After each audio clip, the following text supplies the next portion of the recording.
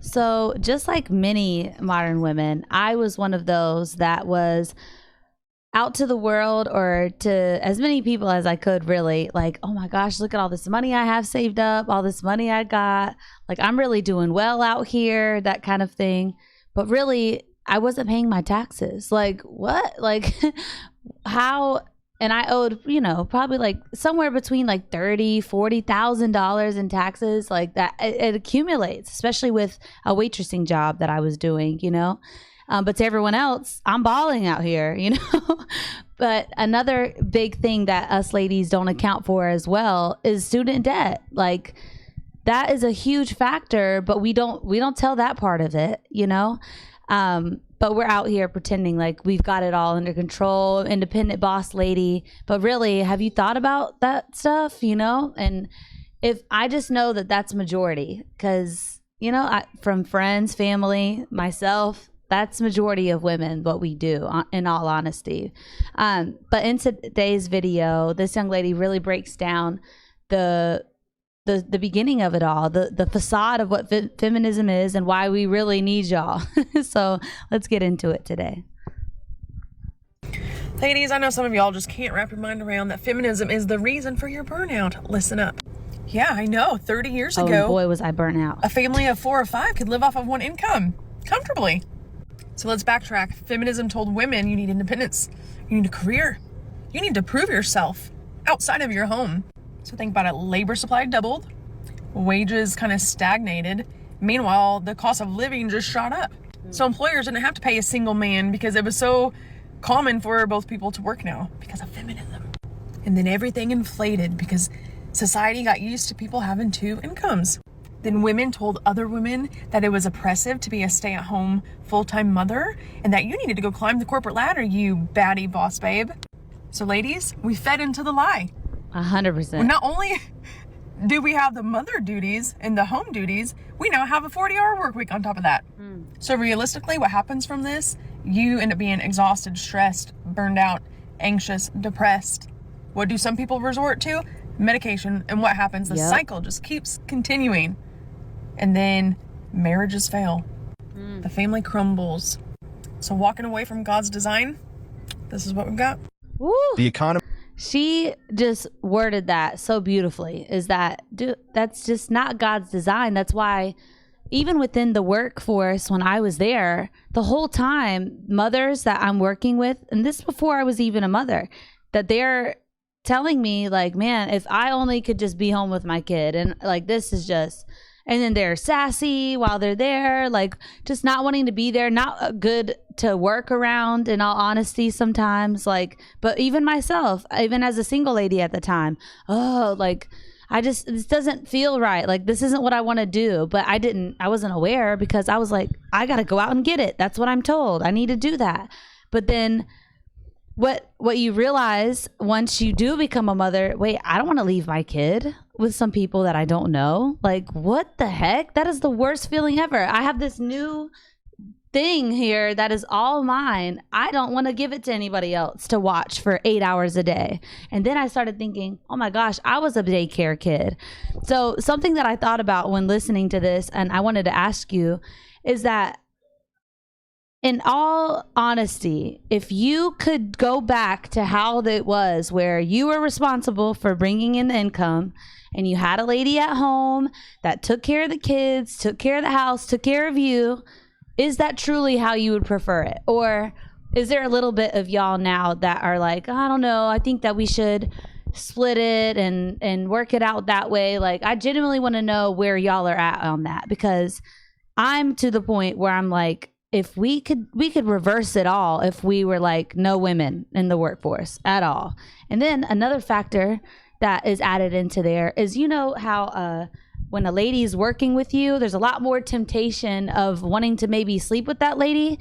Those things wouldn't be there. You know what I mean? Like that's just a minor side note, but those things wouldn't be there. Or her assuming you want to sleep with her and taking you to HR and then causing more men to lose their jobs for something that they misread or that they feel in their crazy head should be a rule against. Yeah. You know what I'm saying? So like families are ruined over that stuff. Like it's crazy, but let's get back into it. Me never cared about the narrative. It runs on discipline and output, neither of which are hashtag compatible. The math was always there.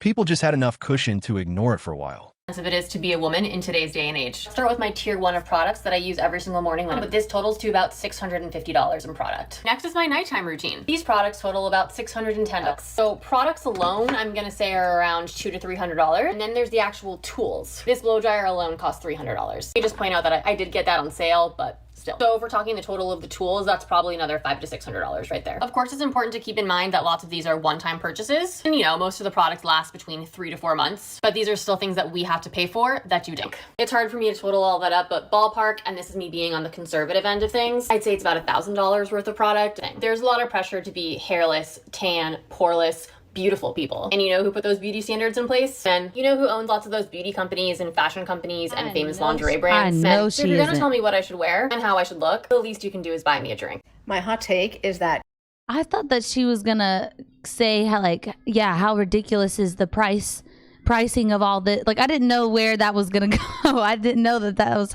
gonna be her argument there.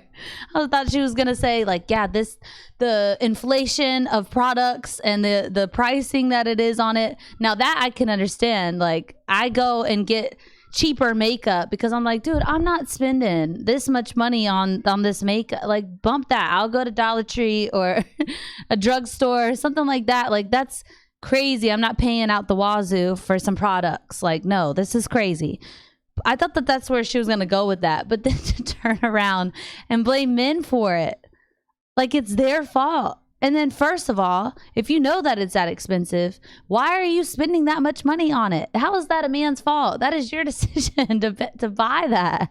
That is crazy. That is bonkers. And not to mention that dudes like less makeup anyways. If she'd actually asked us. That's something that I had to learn too, is that I loved makeup. I loved to play with makeup. I always did makeup since I was like middle school, But then the more that I was with my husband, the longer I was with him, I was like, man, this is silly. Like, why do I need to wear so much? Why am I doing all this eyeliner? Why am I doing all this eyeshadow, looking goofy, super thick eyebrows?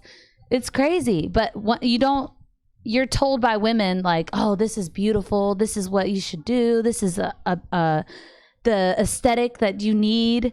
But then in all honesty, men don't even like the junk. The eyelashes, oh, boy, have I heard men being like, that is the most ridiculous stuff I've ever seen in my life. And it's not attractive. Like, they're not going to want you more because of that. Like, it's like we have this thing of the bigger the better.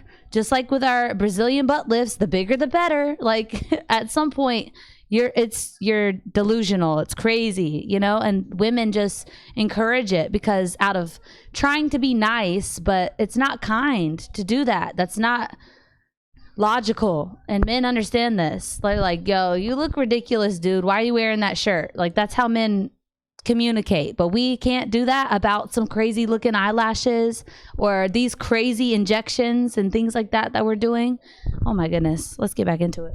Companies don't take women's salary requests seriously because they have this underlying assumption that woman will go get married and her income won't matter. Like, subconsciously in their head, I really do feel like they're like, well, this is like fun money. She's late 20s. Surely it doesn't really matter that much. What does she have to do? Build wealth? Save money? There's no need. She'll get married and then she'll have a baby with whoever she's getting married with. However, when they're employing men, they see men as the providers. They see men as people who are like gonna need to build up money so that they could provide for a family. So this mentality is hurting women so bad because not all of us want a family. Not all of us want to get married. And even if we do, we still deserve to build up wealth. Until you do. I was gonna say until you do. That's something that we lie about, because if you go back to her at 5 years old, 6 years old, not all little girls are little princesses, but that's what you want. You're born liking boys and wanting to impress them and wanting to have their attention and be with them. Like, that's innate in us. Like, it starts so early. It's ridiculous. Like, it's pretty much obvious. Like, oh, we want to just get with a guy and have babies. Like, that's why we're out here playing house. But then what happens is that we go through college, and we go to high school, we go to college because we're told to, we go get careers because we're told to, and we listen to all this. But then next thing you know, when you're home alone at night at 30 something years old and wondering, what if I can't have kids at some point? Like, it's gonna hit you at some point. It really will. And I know that because I was 25 when COVID hit. I was like, oh crap, I'm alone. I have no kids. I have no marriage. My time's running out. My internal clock, I'm feeling like, oh man, like it's going to be a lot harder to have babies the later I am. That's really there. That, like, don't listen to these ladies. Like, it's fine to have babies at 30 something years old. I'm about to have my last baby at 30. And it's tough. Like, this is crazy. This has been the hardest pregnancy by far. Like, so just, they don't tell you the truth. Just please remember that, okay? You want to have babies. You want to get married. That's the truth. Don't listen to these lies. We just listen to lies. We deserve to have our income not just be seen as fun money. Like, I've fully had past employers be like, oh, like, what do you need that money for? What do you mean? To go on vacations and mani-pedis for wanting more money. Or women are expected to just like want to work for the cause of the company rather than working to work. And they really look down on a woman that is money motivated. So they're gonna hate me, bitch. And I want to make a lot of money because I don't want to need anyone ever. And I provide for my family, my cat, and probably my elders, because let's be real, who else is gonna do it? Lifestyle built on inflated expectations meets income built on actual output. The gap between those two numbers is where the humbling lives. The reset isn't cruel, it's arithmetic. College, I dated a very traditional Christian man who asked me at one point, how do you feel about after you graduated, we just immediately got married and you were a stay-at-home wife and you didn't have to work? I was honestly offended by that question because I was so passionate about this thing that I was getting a degree in that I was just so eager to enter the workforce and do this thing that I loved and get money for it. Fast forward to today, I've graduated, we broke up, I'm now working in the profession of the thing that I got a degree in, and I changed my mind. Wow, respect to her. I changed my mind, I know. Respect, though. That sucks, but respect. Respect. But see, this needs to be pushed out 10 times more to women, because that's the honest to God truth is what occurs. And you know what, women who are married, what we need to say, what we need to do, all my dreams are coming true after I'm married, after I have kids. I now am like, you know what, I want to start a podcast, babe. I want to try a YouTube channel. Can we try that? I don't know any of the functionalities behind it. He does it all for me, and I just get to show up and do this because I love it. Like, you can still have your dreams and do your things that you want to do, but get married first, have the babies first. That's more important. That's what matters. That's what you're built to do. Like, but we are just told so much. Like, even I love my parents to death, but even them, they told me, well, Christian, what are you going to do? You're going to go to college? You're going to get, what's going on? You gotta do something, Christian, come on. And I'm like, I don't know. So I get into this waitressing job that I stayed in for 8 years because I'm thinking, well, I'm doing pretty good. I'll just stay here. That's what we do. We're like, you know what? This is comfortable. I think I'm making a decent amount enough to where it looks good to other people. Cool. I'll just stay right there, you know? And that's what most of us do, to be in all honesty. It's comfortability. Any boss with any business acumen at all is going to he's not planning for the world that should be. He's planning for the world that is. So when a woman, like, you see how the other woman was saying, I don't understand why they do that. And then I said, they don't understand why the bosses look at it and say, oh, at some point she's going to leave this and she's going to actually go get married or something. So wow. So this is just a phase. It's because they've seen it over and over again. And over so again. They plan. They're in the position they're in because they plan for. That's so smart. For the rain. They understand when something like that is going to occur. But like that. Because then again, this is why men are better at understanding these things. That's why they are the bosses. Like, they're more realistic. They're like, well, look, cool, a chick will be nice for aesthetic for our bar and lounge. Like, it's gonna bring in money and men, but let's be real, she's probably not gonna stay around long because she's gonna get married and have kids and she's gone. Like the thought process of that what us ladies do is emotionally be like, oh my gosh, like this is great, like we need more women to do this and this thing, but they don't account for that like how a man would. Like I didn't even think about that. How many years you work your job? Almost 8 years. She worked her job 8 years, and then as soon as you had a baby, what happened? I was out. I was gone. You was there every moment they wanted you to be there, even when until you got a husband. I was a workhorse. Like they would be like, Christian, we need somebody. Okay, I'll do it. I'm there.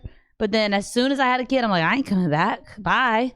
I'm pretty sure I didn't even do it right. Like as far as leaving, I was just like, I'm out. I had the baby. Like, bye. I never talked to him again.